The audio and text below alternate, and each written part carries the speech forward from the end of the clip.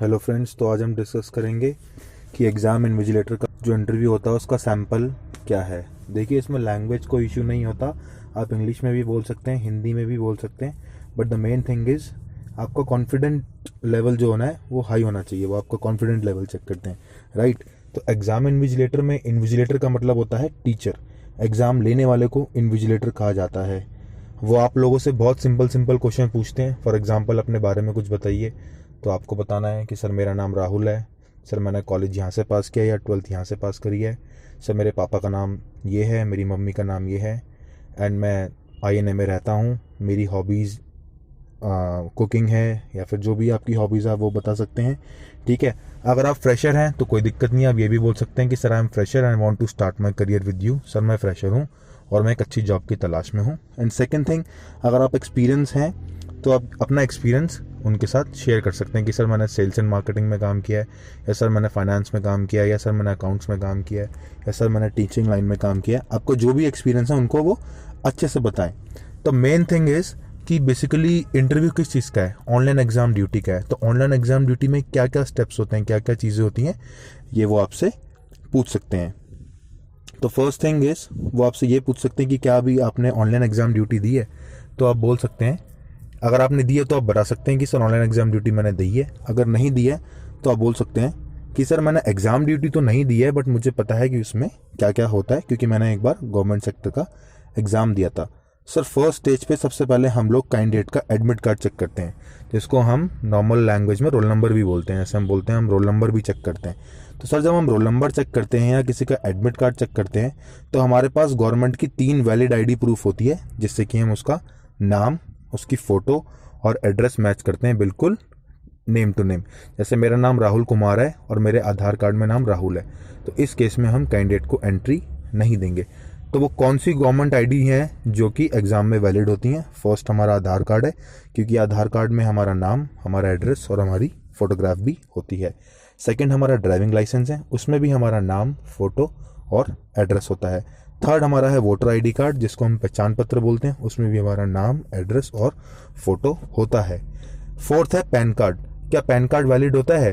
Pan card valid नहीं होता, क्योंकि पैन कार्ड में हमारी फ़ोटो होती है बट हमारा एड्रेस नहीं होता, राइट। तो PAN card is not a valid identity proof to give the government exam.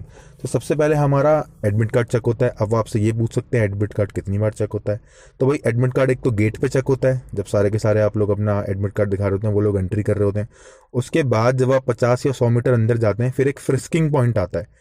Frisking point आता है जहाँ पे आपका एडमिट कार्ड दोबारा चेक होता है। वहाँ आपके मोबाइल वगैरह की चेकिंग होती है कि आप अपने साथ कुछ चिटिंग कर लेके तो कुछ अंदर नहीं लेके जा रहे हैं।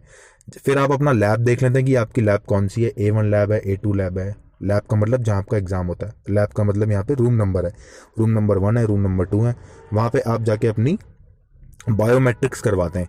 बायोमेट्रिक्स का मतलब क्या होता है? बायोमेट्रिक्स का आसान भाषा में आपको मतलब बताता हूँ कि जैसे कि आप सबका आधार कार्ड होगा, आप सबने आधार कार्ड बनवाया था, वहाँ पे आपके सारे फिंगरप्रिंट लिए गए थे, वहाँ पे आपकी आई स्कैनिंग ली गई थी आपकी आइडेंटिटी प्रूफ के लिए। बायोमेट्रिक्स उसी को बोलते हैं। तो जब कोई बच्चा एग्ज़ाम देने आता है तो हम वहाँ पे उसका राइट हैंड थंब इम्प्रेशन लेते हैं, सीधे अंगूठे का निशान लगवाते हैं मशीन पे और उसकी फ़ोटो क्लिक होती है। वो पूछ सकते हैं कि ऐसा क्यों होता है, ठीक है ना। पहले तो आपसे ये पूछ सकते हैं बायोमेट्रिक क्या होता है, तो आपको बताना है सर जब हम उनका थंब प्रिंट लेते हैं और हम उनका फ़ोटो क्लिक करते हैं, उसको बायोमेट्रिक कहते हैं। तो बायोमेट्रिक क्यों लिया जाता है? टू वेरीफाई द कैंडिडेट, कि वेरीफाई किया जाता है कि हाँ भाई ये वही कैंडिडेट एग्ज़ाम देने आया है जिसने एग्ज़ाम फिल किया था, और उसकी अटेंडेंस मार्क करने के लिए। तो बायोमेट्रिक क्यों होता है? टू वेरीफाई द कैंडिडेट और उसकी अटेंडेंस मार्क करने के लिए। अब बायोमेट्रिक एग्जाम में कितनी बार होता है? भाई 2 घंटे का एग्जाम है, जब मैं एग्जाम देने आया तब मेरा बायोमेट्रिक होगा, फिर मैं 2 घंटे एग्जाम दूंगा, जब मैं एग्जाम दे के वापस जाऊंगा तब भी मेरा बायोमेट्रिक होगा। एज ए इन्विजिलेटर आपकी ड्यूटीज़ क्या क्या है? आपको क्लास में घूमना है, देखना है कोई चिटिंग तो नहीं कर रहा, रफ शीट अगर किसी को देनी है कैलकुलेशंस के लिए, मैथ्स और रीजनिंग के लिए आपको शीट डिस्ट्रीब्यूट करनी है, पेन डिस्ट्रीब्यूट करने हैं, ठीक है। अगर आपको लगता है कि कोई कैंडिडेट चिटिंग कर रहा है, आपने देखा कि कोई चिटिंग कर रहा है, तो आपको अपने सीनियर्स को इन्फॉर्म करना है कि सर एक चिटिंग का केस पाया गया और आपको उसको एग्ज़ाम लेने से रोक देना है, ठीक है। और एक चीज़ और, जब हम एग्ज़ाम दे रहे होते हैं, जब हम रफ शीट लेते हैं, फॉर एग्जाम्पल मैं एग्ज़ाम दे रहा हूँ, मैंने आपसे बोला मैम शीट देना, तो मैंने आपसे 2 शीट ली और 2 शीट में मैंने कैलकुलेशंस करी। तो वो जब मेरा एग्ज़ाम ख़त्म होगा तो मैं आपको वो दोनों शीट दे के जाऊँगा। इन्विजिलेटर का काम होता है वो दोनों शीट कलेक्ट कर लेना सारे के सारे कैंडिडेट से, ठीक है ना। तो बेसिकली अभी जो हम एग्ज़ाम करा रहे हैं, ये डिफरेंट डिफरेंट गवर्नमेंट के एग्ज़ाम करा रहे हैं, तो एक बहुत अच्छी अपॉर्चुनिटी है आप लोगों के लिए स्टार्ट करना अपना करियर। फ्रेशर्स के लिए तो बहुत अच्छी अपॉर्चुनिटी है। अगर आपके सीवी में आ गया कि आपने एज एन एग्ज़ाम इन्विजिलेटर काम किया है, ऑनलाइन एग्ज़ाम ड्यूटी दी है, तो आपके लिए बहुत अच्छा होगा। और जो एक्सपीरियंस कैंडिडेट्स हैं हमारे, जो उस फील्ड में अपना करियर बनाना चाहते हैं, तो उनका भी बहुत बहुत स्वागत है।